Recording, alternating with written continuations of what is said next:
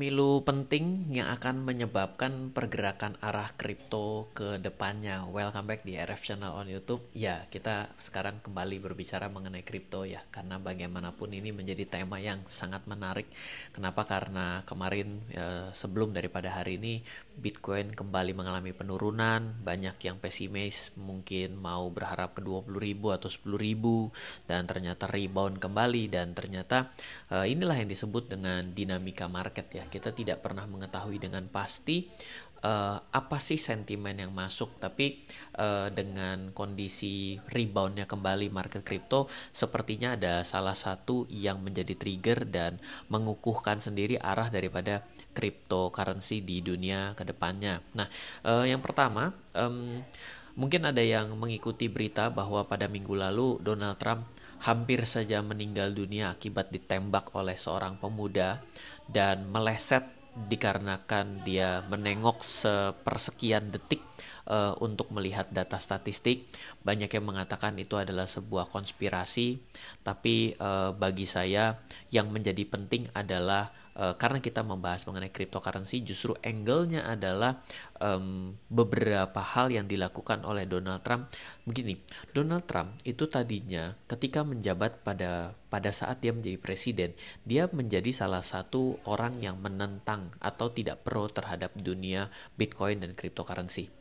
Namun hal yang menarik dan lucu adalah seiring dengan kampanyenya pada belakangan ini dan mulai dari beberapa tahun yang lalu, tepatnya sekitar tahun 2022 ketika dia mulai turun dalam sudut pandang membuat NFT berbasis cryptocurrency. NFT itu adalah collectible item dalam dunia jadi begini, ada kripto yang memang sifatnya adalah ada pada blockchain dan dijadikan sebuah mata uang. Tapi ketika kita mau memanfaatkan dalam hal yang lain, sifatnya adalah karena ketunggalan suatu barang, maka banyak orang yang menggunakan konsep blockchain dengan menggunakan NFT, di mana NFT itu kita bisa menaruh sebuah koleksi tertentu di sana, mendaftarkan sebuah koleksi pada blockchain, dan itu benar-benar dapat kita pastikan barangnya cuma satu. Dan itulah yang diregistrasi lah ibaratnya kepada blockchain tersebut. Lah itulah yang disebut dengan NFT. Dan NFT juga pernah ramai di Indonesia dengan adanya Gozali Effect dan teman-temannya. Nah, Donald Trump 2022 masuk ke dalam dunia kripto melalui NFT, lalu dia mulai memberikan tone positif. Dan rasanya juga menurut saya bukan serta-merta dia itu tiba-tiba jadi NFT lovers ataupun crypto lovers, namun dia mengambil angle yang hebat. Inilah ciri menjadi seorang pebisnis seperti Donald Trump adalah dia melihat bahwa Joe Biden dengan semua aturan SEC begitu menentang adanya kripto dan ingin mematikan cryptocurrency. Dan terbukti berjilid-jilid mulai dari Binance, CZ, lalu juga Ripple, lalu juga dijegal berkali-kali untuk yang namanya ETF. Dan per saya membuat video ini, ETF ETH katanya akan segera diluncurkan dan sudah disetujui. Itu saya lagi nyari tadi gak keburu karena baca di X lagi pasti jalan, terus ketutup, saya belum sempat cari dan pelajari lagi. Tapi saya melihat di sini Donald Trump begitu all in terhadap dunia kripto dan juga didukung oleh Elon Musk. Elon Musk ikut mendukung dia ketika dia percobaan pembunuhannya itu tidak berhasil, lalu juga Elon Musk mendukung penuh dengan Donald Trump, di mana kita tahu bahwa Elon Musk itu adalah salah satu orang di dunia, tokoh di dunia yang mempengaruhi pergerakan dunia kripto, terutama dengan si Doge-nya berhasil melesat karena satu kali diangkat oleh Elon Musk. Lalu juga bisnis daripada Elon Musk, Tesla, juga menerima pembayaran berbasis Bitcoin. Ini memberikan suatu hal kolaborasi yang menarik ya. Tapi di satu sisi Donald Trump juga sebenarnya bersitegang lah secara nggak langsung terhadap bisnisnya daripada Elon Musk, karena dia mau tidak melakukan tindakan eksklusif terhadap dunia elektronik, EV, electronic vehicle, seperti itu, mobil listrik, seperti itu, kendaraan listrik. Tapi bagaimanapun yang bisa kita perhatikan di sini, Donald Trump meluncurkan koleksi baru di NFT dia pada saat kampanye, dan ini adalah tanggal 21 Juli.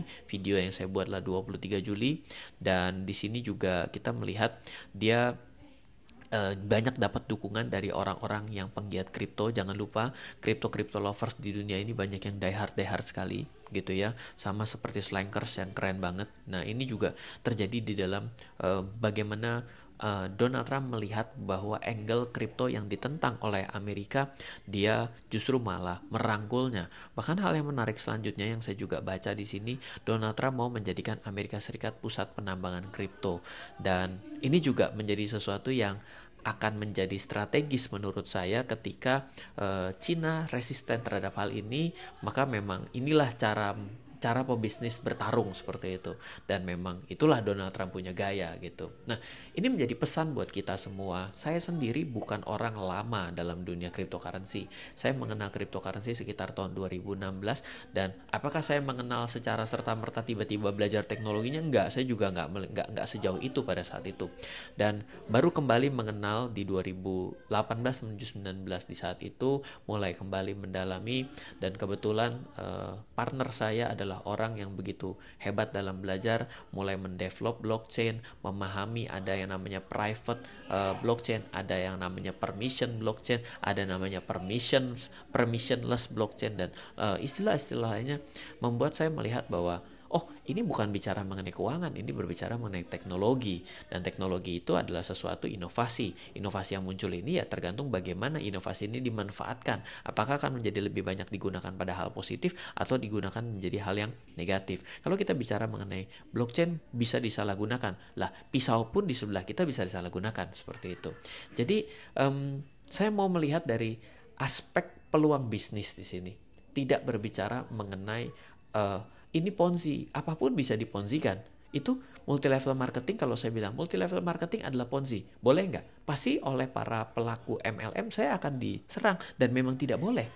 Kenapa? Karena MLM itu adalah sebuah metode pemasaran, bukan sebagai bentuk ponzi, di mana ponzi sendiri itu ya memang prakteknya yang dilakukan oleh orang-orang yang tidak bertanggung jawab, membuat bisnis tersebut memiliki citra yang buruk.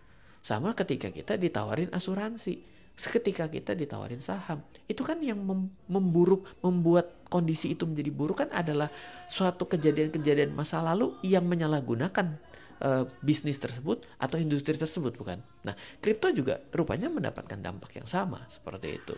Jadi ini menjadi sesuatu barometer baru. Kalau misalnya Donald Trump yang kelihatannya malah mendapatkan angin segar akibat hampir mati dan tidak jadi matinya akibat penembakan, dia malah mendapatkan simpati yang begitu besar dan membuat dia jadi tambah suaranya, maka secara tidak langsung melihat kondisi saat ini, maka Donald Trump akan mengutilize habis blockchain dan cryptocurrency pada kepemimpinannya.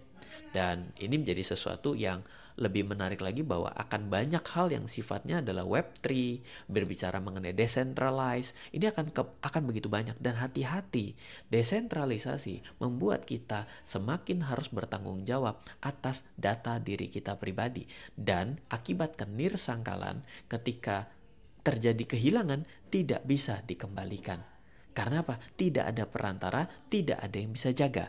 Berarti bahaya besar kan bagi orang-orang yang tidak sengaja harus pergi ke desentralisasi tanpa dibekali pemahaman yang cukup, maka bisa sangat berbahaya, bisa kehilangan aset, bisa kehilangan identitas juga loh, jangan-jangan begitu kan. Identitas digital kan ada kan, seperti itu. Jadi ini adalah investasi yang penting bagi pemahaman kita. Dan sama seperti dunia mengikuti bahwa bank yang mengupdate OS Microsoft security patch-nya di minggu lalu, bahkan sampai Bandara Changi dan banyak sekali yang lumpuh. Salah satu klien saya di depan saya tiba-tiba tidak bisa menggunakan akses datanya. Itu ya diakibatkan karena sentralisasi dalam dunia software ya, boleh dibilang Windows seperti itu. Maka baru bilang itulah konsep yang ada. Atau bisa dibalik, oh saya menggunakan open source. Kalau open source berarti ya sifatnya lebih tidak terpusat. Berarti secara otomatis akan menjadi tergantung pengembangnya yang mana. Saya mengikuti open source dengan gaya mana, berarti membuat saya jadi lebih aman. Semua juga ada plus minusnya, seperti itu. Sama, investasi apa yang selalu menguntungkan? Nggak ada, nggak mungkin.